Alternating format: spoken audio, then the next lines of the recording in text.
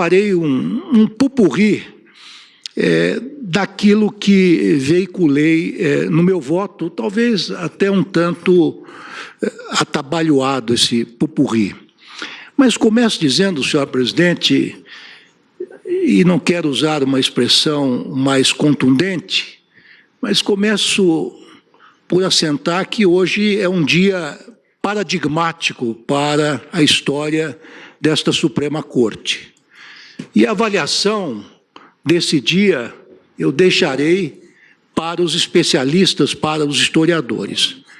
Mas é um dia em que esta Suprema Corte colocou o sagrado direito à liberdade em um patamar inferior ao direito de propriedade.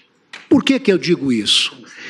Eu digo isso, senhor presidente, eminentes integrantes deste egrégio sodalício, em razão do fato de que, no âmbito criminal, uma pessoa pode ser levada à prisão antes de uma decisão condenatória transitada em julgado. E, a meu ver, em franca, frontal afronta ao que estabelece de forma muito clara, de forma muito taxativa, a nossa lei maior. Interessantemente, e quem melhor poderá dizer isso é o nosso eminente colega e professor Luiz Fux, o Código de Processo Civil, recentemente promulgado, que entrou em vigor em 2016, no título 2º,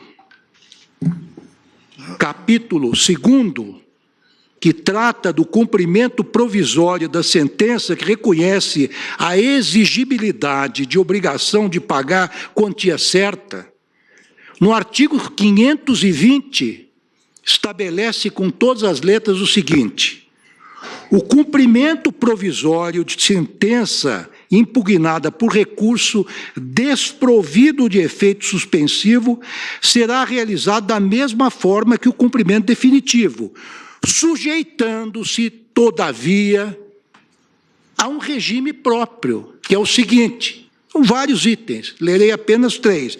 Primeiro, corre por iniciativa e responsabilidade do exequente, que se obriga, se a sentença for reformada, a reparar os danos que o executado haja sofrido. 2. Fica sem efeito, sobrevindo decisão que modifique ou anule a sentença objeto de execução, restituindo-se as partes ao estado anterior e liquidando-se eventuais prejuízos nos mesmos autos. 3. Se a sentença objeto de cumprimento provisório for modificada ou anulada apenas em parte, somente nesta ficará o efeito de execução. E, por fim, o levantamento de depósito em dinheiro e a prática de atos que importem transferência de posse ou alteração de propriedade ou de outro direito real, ou dos quais possa resultar grave dano ao executado, dependem de caução suficiente e idônea, arbitrada de plano pelo juiz e prestada nos próprios autos. Ou seja, a liberdade de uma pessoa não exige contracautela nenhuma, mas o perdimento de um bem, sim. E não pode ser devolvida. E não pode ser devolvida. E no caso de um direito patrimonial, pode e deve e será devolvida. E mais, senhora presidente, que impressiona, e por isso que eu digo que é um momento grave na história desse tribunal, porque, insisto, o direito de propriedade é elevado a um patamar superior ao direito de liberdade. O Código do Consumidor, que veio a lume também recentemente, em 1990, em seu artigo 42, parágrafo único, diz o seguinte: o consumidor cobrado em quantia indevida tem direito à repetição do indébito, por valor igual ao dobro do que pagou em excesso, acrescido de correção monetária e juros legais, salvo hipótese de engano justificável. Eu pergunto, é possível restituir a liberdade de alguém se houver reforma da sentença condenatória no STJ ou no Supremo Tribunal Federal, com juros e correção monetária? Não, senhor presidente. A vida e a liberdade não se repõem jamais. É por isso, senhora presidente, que os constituintes, em boa hora, no artigo 5º, inciso 57 da Constituição vigente, colocaram de forma absolutamente unívoca a seguinte regra: não é princípio, é uma regra. É uma regra. Todos, ou a maioria, pelo menos, dos doutrinadores, dizem que é uma regra. Uma regra é para ser aplicada, não é para ser ponderada. O que diz essa regra? Ninguém será considerado culpado até o trânsito em julgado de sentença penal condenatória. Ora, é preciso extrair uma consequência dessa expressão. Alguns dos colegas que me precederam, eu digo isso com o máximo respeito, dizem que isso aí é uma perfumaria jurídica, é algo que foi colocado no texto constitucional, quiçá como um enfeite, mas nós sabemos que não existem expressões ociosas na Carta Magna. Este é um princípio geral, que significa, na verdade, é uma regra, é um princípio também, no sentido amplo da palavra, que se traduz exatamente no seguinte, que a prisão é sempre uma exceção e a liberdade é a regra. Que é preciso, na verdade, como já foi assentado por alguns colegas que me antecederam, interpretar o texto constitucional e, notadamente, este dispositivo, juntamente com outros que lhe são correspondentes. E há um dispositivo que ainda não foi trazido à baila pelos eminentes pares, que é exatamente aquele que consta do artigo 5º, inciso 56, que tem a seguinte dicção: ninguém será levado à prisão ou nela mantido, quando a lei admitir a liberdade provisória com ou sem fiança. Significa que essa expressão, ninguém será considerado culpado até o trânsito em julgado de sentença penal condenatória, quer dizer que a pessoa se mantém livre, salvo naquelas situações extraordinárias em que o magistrado, de forma fundamentada, decrete a prisão. E eu penso que o melhor intérprete deste conjunto de normas que tratam da liberdade das pessoas em nosso ordenamento jurídico foi o legislador ordinário, ao estabelecer o seguinte no artigo 283 do Código de Processo Penal: ninguém poderá ser preso senão em flagrante delito ou por ordem escrita e fundamentada da autoridade judiciária competente em decorrência de sentença condenatória transitada em julgado ou no curso da investigação ou do processo em virtude de prisão temporária ou prisão preventiva. Isso significa, ao contrário do que se alardeia, inclusive nos meios de comunicação, que se prevalecesse a tese de um respeito absoluto à vontade dos constituintes originários, expressa nesse artigo 5º, inciso 57 da Constituição, isso não significaria que os malfeitores seriam imediatamente libertados, não, porque eles se manteriam presos, se fosse o caso, por ordem escrita e fundamentada da autoridade judiciária competente. Agora, houve uma certa perplexidade por parte dos eminentes pares que me antecederam relativamente à eventual ilegalidade praticada pelos tribunais que denegaram, os tribunais, um que aumentou a pena do ora paciente e o Superior Tribunal de Justiça, que denegou a ordem, dizendo, ora, esses tribunais simplesmente seguiram a orientação do Supremo Tribunal Federal. Mas eu ousaria afirmar, com muita convicção, senhora presidente, que a ilegalidade está justamente na falta de fundamentação, de motivação adequada dessas decisões. Porque, em que pesem as palavras até um tanto quanto rebuscadas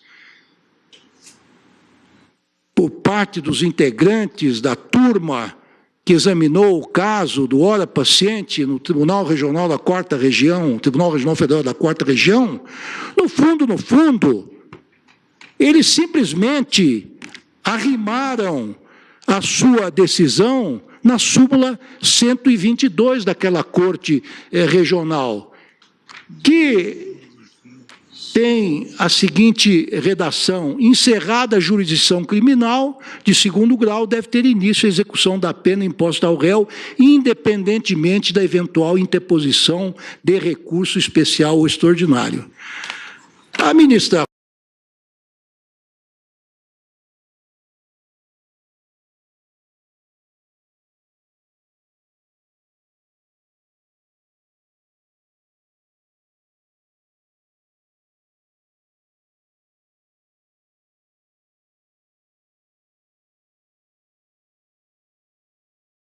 Rosa Weber nos fez a gentileza de ler trecho da ementa do acórdão atacado do STJ, em que Sua Excelência destacou exatamente isto, que aquele tribunal voltou a admitir o início de cumprimento da pena imposta pelo simples esgotamento das instâncias ordinárias, ou seja, antes do trânsito em julgado da condenação, nos termos do quê? Nos termos da súmula 267 daquela Corte. O que diz aquela súmula?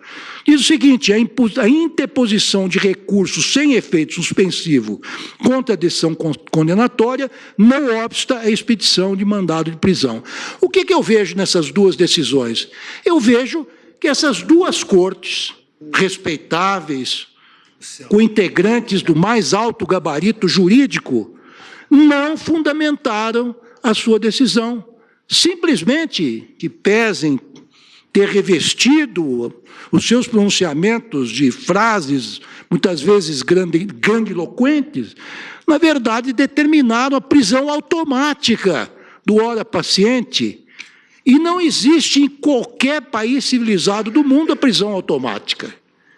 E é por isso que o artigo 5º, inciso 51 da nossa Constituição Federal diz também, de forma muito clara, que ninguém será preso senão em flagrante delito ou por ordem escrita e fundamentada da autoridade judiciária competente. Ora, fazer remissão às súmulas, a súmula 122 do TRF4 ou a súmula 267 do STJ, data vênia não é fundamentar a decisão nos termos exigidos pela Constituição.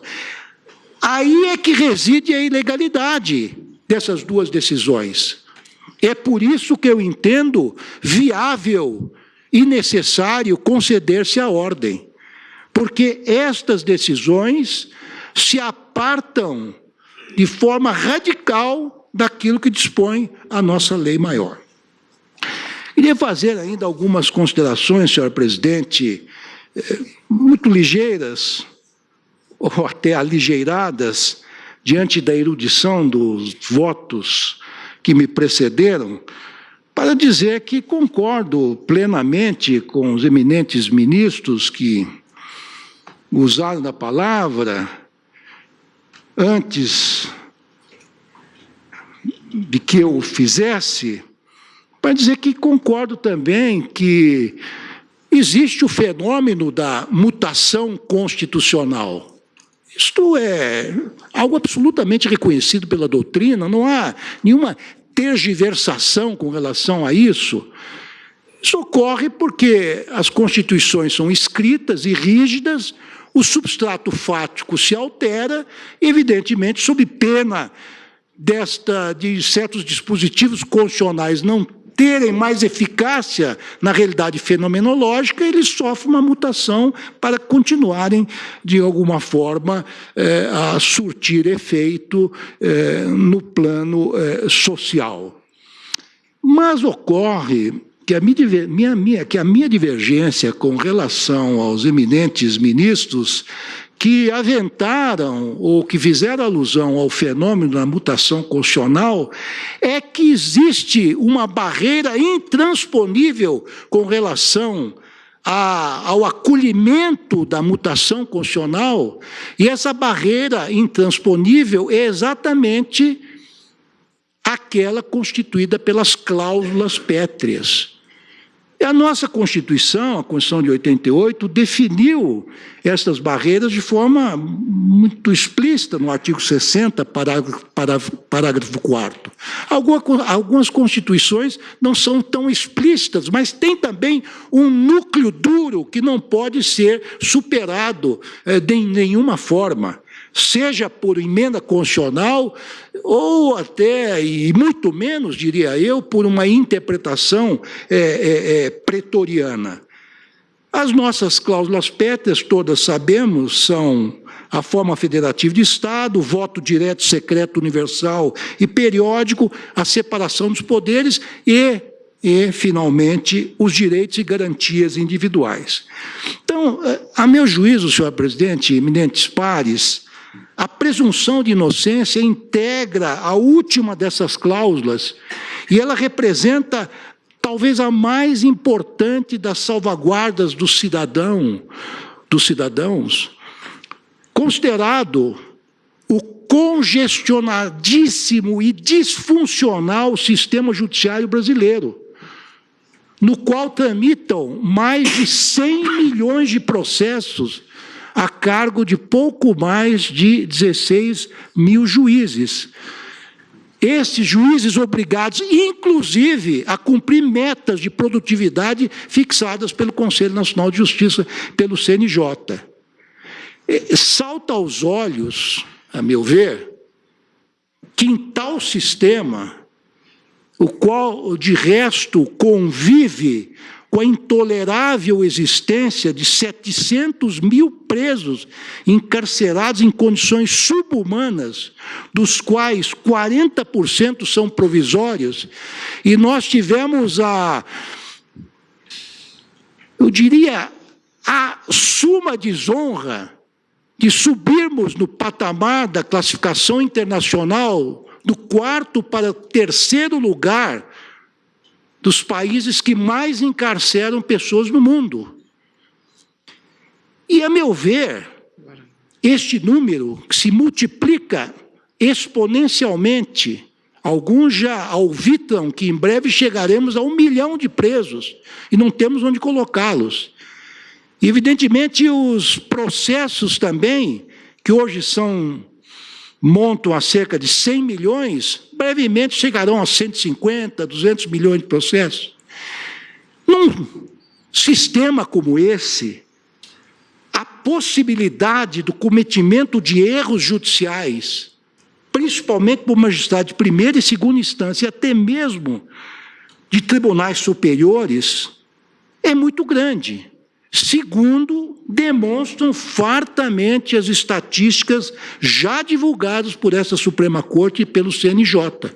Data vênia de outras estatísticas que correm aí, inclusive nos meios acadêmicos, e com relação aos quais eu guardo as maiores reservas. Daí, senhora presidente, a relevância da presunção de inocência, tal como está grafada na Constituição. E eu recordo, e não sou eu que digo isto, senhor presidente, eminentes pares, que esse preceito foi redigido de forma taxativa e unívoca, tal como foi pelos membros da Assembleia Nacional Constituinte, exatamente para resguardar a nação contra a repetição dos inúmeros desmandos e excessos cometidos num passado ainda recente. É por isso que eu penso que não é possível, seja a que pretexto for, mitigar essa relevantíssima garantia instituída em favor não de uma pessoa, não do paciente que está ora julgado, mas de todas as pessoas indistintamente da sociedade brasileira, sob pena de irreparável retrocesso institucional. Eu digo no meu voto, senhor presidente, eminentes advogados e assistentes, que me parece até compreensível que alguns magistrados, e admito que de boa fé, queiram flexibilizar essa franquia já definitivamente incorporada ao patrimônio jurídico dos cidadãos, à guisa de combater a corrupção endêmica que, lamentavelmente, assola o país, mas talvez desde os tempos coloniais. Mas nem sempre, e é preciso apontar com muita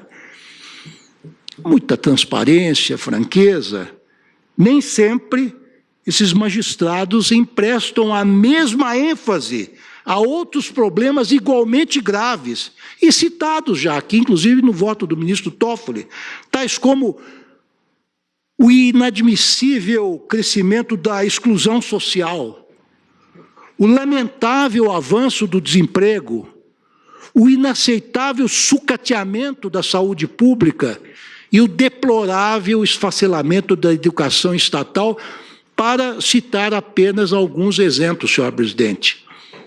Combate à corrupção, que é importante, é necessário, não justifica flexibilizarmos esta importante garantia que foi elastecida propositalmente pelos constituintes originais em função do momento histórico em que vivíamos. E por isso não importa para mim dizer que a Declaração Universal dos Direitos Humanos é mais modesta, mais restritiva, ou que outros países também têm uma interpretação menos abrangente, menos generosa. Para nós, dentro da nossa realidade, considerada que nós temos 100 milhões de processos para 16 mil juízes, com 5 mil vagas abertas, concursos que não logram jamais preencher essas vagas, até por falta de recursos, e com 700 mil presos que logo se multiplicarão uma cifra astronômica. Dentro desse contexto, é plenamente justificável que os nossos intérpretes vejam com mais generosidade esse princípio da presunção de inocência, ou da regra, melhor dizendo, da não culpabilidade. Então, senhor presidente, por essas razões e outras que eu enuncio no meu voto, e, sobretudo, lamentando que a Corte tenha dado este passo de colocar a liberdade das pessoas num patamar muito inferior ao do direito de propriedade, eu concluo meu voto concedendo a ordem para que o paciente permaneça em liberdade até o trânsito em julgado da sentença penal condenatória que lhe foi imposta. É assim como voto, senhor presidente.